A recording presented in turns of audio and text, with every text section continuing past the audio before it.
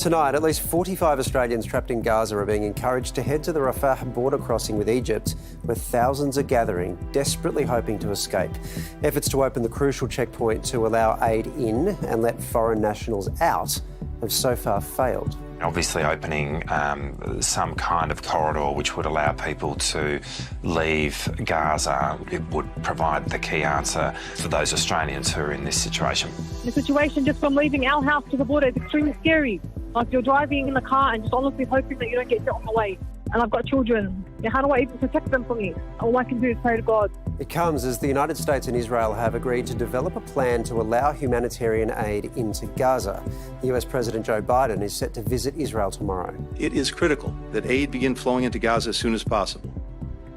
We share Israel's concern that Hamas may seize or destroy aid entering Gaza or otherwise preventing it from reaching the people who need it. Meanwhile, Hamas has released the first footage of an Israeli hostage. The video appears to show 21-year-old Mia Shem. Speaking in Hebrew, she pleads to be released. Israel says nearly 200 people are being held captive in Gaza. And after 8 days under total blockade, the UN has warned Gaza's hospitals are collapsing and that the enclave is even running out of body bags. Under orders from Israel, more than 1 million people have now fled their homes as its ground invasion looms. You cannot ask people to move out of harm's way without assisting them to do it, to go to places of their choice where they want to be safe and with the humanitarian aid that they need to make that journey safely. Hind Al-Qudri is a Palestinian journalist and she joins us now from Gaza. Hind, the pictures coming out of Gaza are absolutely horrific. What can you tell us about what's happening there now?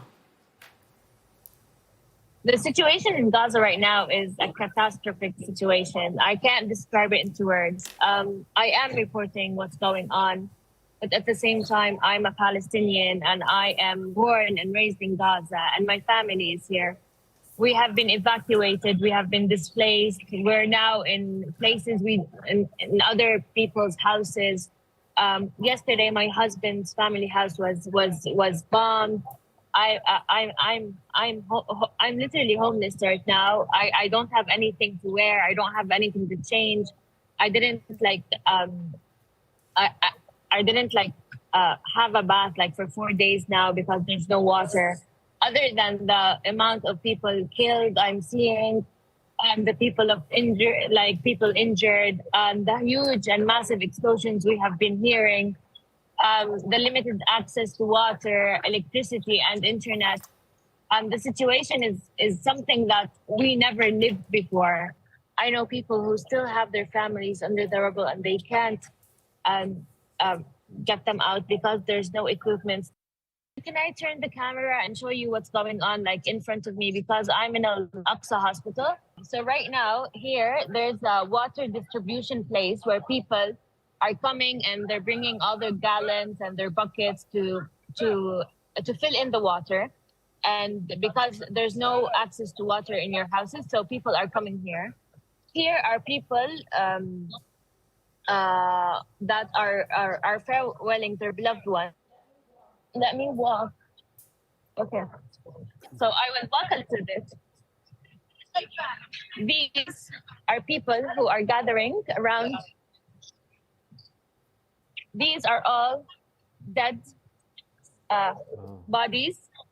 And they have been waiting people to recognize who they are. And after they gather all of these bodies, people are gonna come and they're gonna pray, and then they're gonna bury them in somewhere because they created a graveyard for people who are unknown, and for the amount of people that have been killed, they made a whole graveyard for all of these bodies. And this is an ambulance that just right now came and transferred more injuries. This was a target for a house that has been targeting a Palestinian family with no warning, no cause, no evacuate, nothing. They were just in the house and they suddenly found that people are being killed, and that's what the last thing they witnessed. We here it's a bit far away, but here in this area due to a huge amount of people that have been injured. The hospital created a whole tent and they put a lot of beds for people who are injured because there is no space for them inside the hospital. They brought them. That's an explosion. Can you hear this? Can you hear what's going on in the background? Can you hear me? Yeah, we can hear you, but because the connection's not great, we can't hear any explosions that you're talking about. We can see people behind you getting up and moving. Do you need to move? Are you okay? I'll show you what's happening. This is a family that's farewelling their beloved one right now. Hind, these are heartbreaking things to look at, and no doubt this is happening all across Gaza. There'll be many families in this situation. I mean, just in the scenario that you're in and what you're looking at over the next few days, are you scared? Like, is fear the overwhelming emotion here? I think all we feel right now is, I don't know. I'm numb. I have been seeing this scene like for more than like 10 to 15 times every single day. I have been seeing people farewelling people, like saying their goodbyes to their beloved ones. There's a tent behind me where people come and recognize the people who are killed. And every time these people enter and they recognize someone they love, they start screaming and crying, and we hear them from the background. It's this one, like this white tent.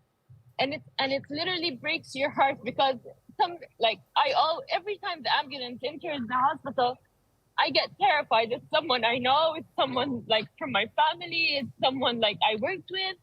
It's like you can't tell, like I can't say if I'm scared or not. Of course I'm scared. I'm terrified to lose someone I love, to lose someone for my family, to lose someone for my friends. A lot of colleagues, journalists, like they lost their entire families and they lost all of their houses, and like they're still working in the field, and like we can't do anything about it, and they're not going to do any cease agreement. And all we're looking for right now is like ceasefire, because this is too much.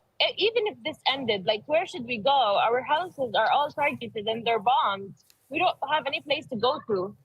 Like my whole neighborhood is like flattened on the floor. Hind, it's just so horrible to see so many people in so much pain. We appreciate your time. Please stay safe. Thank you.